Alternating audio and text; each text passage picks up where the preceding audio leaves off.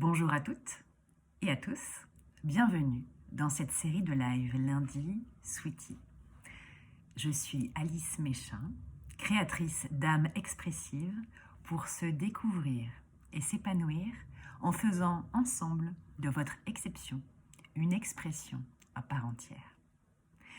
Tous les lundis, je vous propose un temps juste pour vous, pour poser les intentions de votre semaine et vous mettre en énergie. Alors ça tombe bien parce que dehors, c'est un peu la tempête. La pluie et le vent en rafale se sont abattus notamment sur Nantes et ça m'a d'ailleurs réveillée à 4 heures du matin. Sans parler du froid qui revient. Et ça donne pas vraiment envie de mettre le nez dehors. Ça donne envie de rester bien au chaud, à l'abri, au bureau ou à la maison pour nous occuper. Et c'est un peu la question que j'avais envie de vous poser ce matin. Nous occuper à quoi au juste ? À quoi consacrons-nous nos journées ? Comment nous vivons ces journées ? Alors ce matin, pas d'exploration mentale et sensorielle, mais un partage qui me semble éclairant pour vivre votre semaine du mieux possible et de façon constructive pour vous et votre monde. La semaine dernière, j'ai vécu 3 événements qui m'ont fait réfléchir. 3 événements bien distincts qui ont finalement convergé vers la même chose et qui me rappellent une citation que j'adore, mais que je ne m'étais pas remise en tête depuis bien longtemps. Elle est de Gilles Le Gardinier, dans son livre qui s'appelle « Ça peut pas rater ». Il écrit « Ce qui remplit votre temps n'est pas forcément ce qui comble votre vie. » Voilà. J'en reviens à mes 3 événements. Le premier, c'est une séance d'accompagnement que j'appelle Booster, avec une chef d'entreprise qui souhaitait explorer sa vie professionnelle à travers différents niveaux de conscience et de mise en œuvre pour se sentir plus alignée dans sa posture, sa communication et ses activités. J'adore vivre cette expérience avec mes clients et mes clientes, tellement elle est riche d'enseignements, y compris pour moi. Puisque finalement, nous avons toutes et tous les mêmes préoccupations profondes. Trouver notre place et mettre du sens dans nos actions. En revanche, on a toutes et tous des façons différentes de le faire et c'est ça que je trouve formidable. Alors après la séance, je me suis surprise à me poser la même question sur laquelle elle et moi nous nous étions quittés.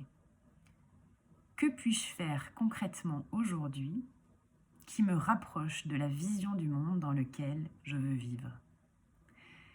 Et cette question a trouvé écho le soir même, lors du 2e événement. Ce soir-là, je participais à l'atelier Le Match du siècle, qui est conçu par l'association Ticket for Change. Et lors de cet atelier rondement mené, dans un lieu propice au vivre ensemble, l'intelligence collective a été mise à profit pour imaginer le monde de 2050. Ouais, rien que ça, 2050. Et on est venu questionner, finalement, qu'est-ce qui nous tient à cœur ? Et je dirais même, qu'est-ce qui nous tient au cœur ? Qu'est-ce que nous portons en nous, profondément, et qui nous définit en tant que personne unique ? Et comment réunir tout ça en une vie au service du monde dans lequel on souhaite vivre ?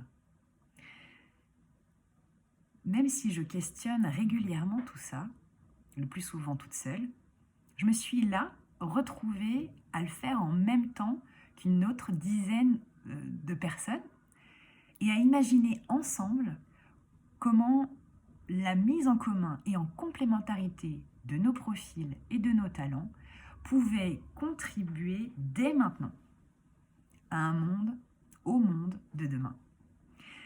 Et ça m'a donné une vision très positive en fait de l'avenir. Ça m'a fait du bien en ces temps mouvementés et incertains où plutôt une certaine anxiété règne. Et là, de se projeter comme ça, c'était vraiment enthousiasmant. Et ça a renforcé aussi ma conviction que l'alignement, c'est bien quelque chose qui se questionne presque à chaque pas. Tout simplement parce que, ça fait du bien de faire pause 2 secondes et se demander si on est au bon endroit et qu'on va dans la bonne direction. Et aussi parce que c'est important d'élargir son point de vue au-delà de nous-mêmes. Et j'entends par là de respecter son écologie de vie, nous, notre bien-être, nos comportements et nos actions, et leurs conséquences à plus ou moins long terme sur notre environnement et nos relations. Et c'est là où ça vient rejoindre le 3e événement que j'avais envie de vous partager. 2 jours après cet atelier, alors que je suis sur les réseaux, une publication me pique au vif. Et pour être clair, dans mon ego. Et ça me met dans une très grande colère. La colère, c'est l'émotion que j'aime le moins ressentir, comme la majorité d'entre nous. Ça me met dans un état de grande agitation, et c'est normal, puisque la colère, elle est là pour nous indiquer que quelque chose d'important pour nous a été piétiné, bafoué. Et ça nous donne plein d'énergie pour rentrer en défense, pour défendre, pour protéger ce quelque chose. Et souvent, il s'agit d'une valeur que l'on porte et qui se matérialise par un comportement précis, dans un lieu précis, à un moment précis. Et cette combinaison gagnante déclenche une avalanche de signaux corporels, de pensées, d'images mentales qui nous poussent à agir assez compulsivement avec l'adrénaline du moment.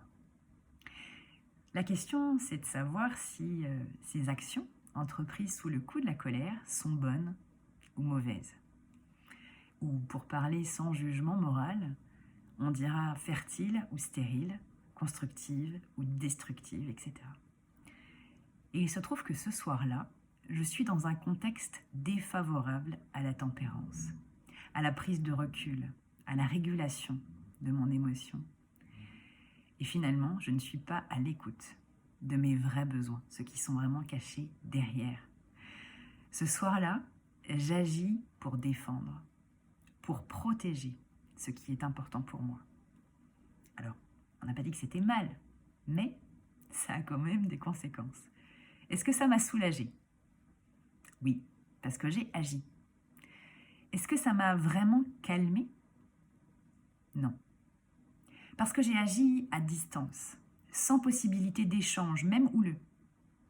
Parce que bien à l'abri derrière mon écran, j'ai dégainé mes mots, comme des flèches, pour combattre. Et que reste-t-il à l'ennemi quand il est attaqué et qu'on est 2 sur le mode Street Fighter ? Eh bien, il réplique avec ses propres armes. Logique. Mais est-ce que ça aide tout ça ?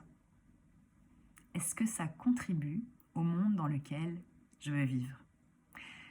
Non. Parce que je me retrouve à mettre beaucoup d'énergie dans une lutte contre quelque chose que je ne veux pas, au lieu d'œuvrer pour quelque chose que je veux. J'ai donc commis une erreur.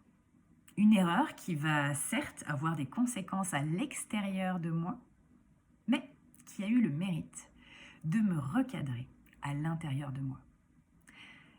Me rappeler ce voyage vécu avec ma cliente, où l'énergie circulait dans un monde où chaque être était à sa place, veillant à l'équilibre d'un tout.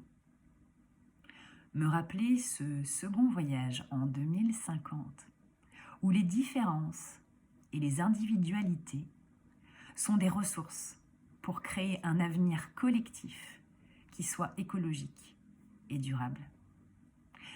Me rappeler que nous ne sommes pas ennemis, que nous pouvons nous associer pour contribuer ensemble aux valeurs qui sont souvent les mêmes, que nous souhaitons transmettre à nos enfants, aux enfants. Tous ces événements ont eu pour conséquence de m'éclairer sur le fait que si j'étais sans doute au bon endroit, je n'étais pas dans la bonne direction. Et ce avec quoi je remplissais une bonne partie de mon temps n'était pas forcément ce qui comble ma vie et ce que je lui souhaite pour l'avenir. Ça a déclenché chez moi ce que j'appelle un nouveau cycle de machine à laver. La première phase, c'est pour mélanger le linge sale, en faire une grosse boule là qu'on arrose d'eau et de lessive. La deuxième, c'est pour frotter tous les vêtements les uns aux autres pour qu'ils se débarrassent des éléments perturbateurs. La troisième phase, on la rince, ces vêtements, pour séparer et éloigner les impuretés. La quatrième, on essore pour expulser cette eau qui alourdit les tissus. Et la cinquième et dernière phase, on sèche les vêtements, et si possible, en leur faisant prendre l'air et le soleil. Résultat, des habits pour nous accompagner dans un nouveau cycle de vie, plus conscient et plus aligné. Alors c'est tout le bien que je vous souhaite en ce lundi matin et pour tout ce que vous allez accomplir cette semaine. Je vous laisse sur ces quelques réflexions et ma question du début. Que pouvez-vous faire de vous concrètement aujourd'hui et les autres jours de votre semaine qui vous rapproche de la vision du monde dans laquelle vous voulez vivre? Alors je vois le soleil qui sort de derrière les nuages chassés par le vent. Je vous remercie de votre attention et de votre participation. On se retrouve lundi prochain. Et d'ici là, je vous invite à suivre les autres temps de votre semaine avec moi. Et vous souhaite une belle semaine, pleine d'énergie fertile et de jolies graines à semer pour demain. À bientôt.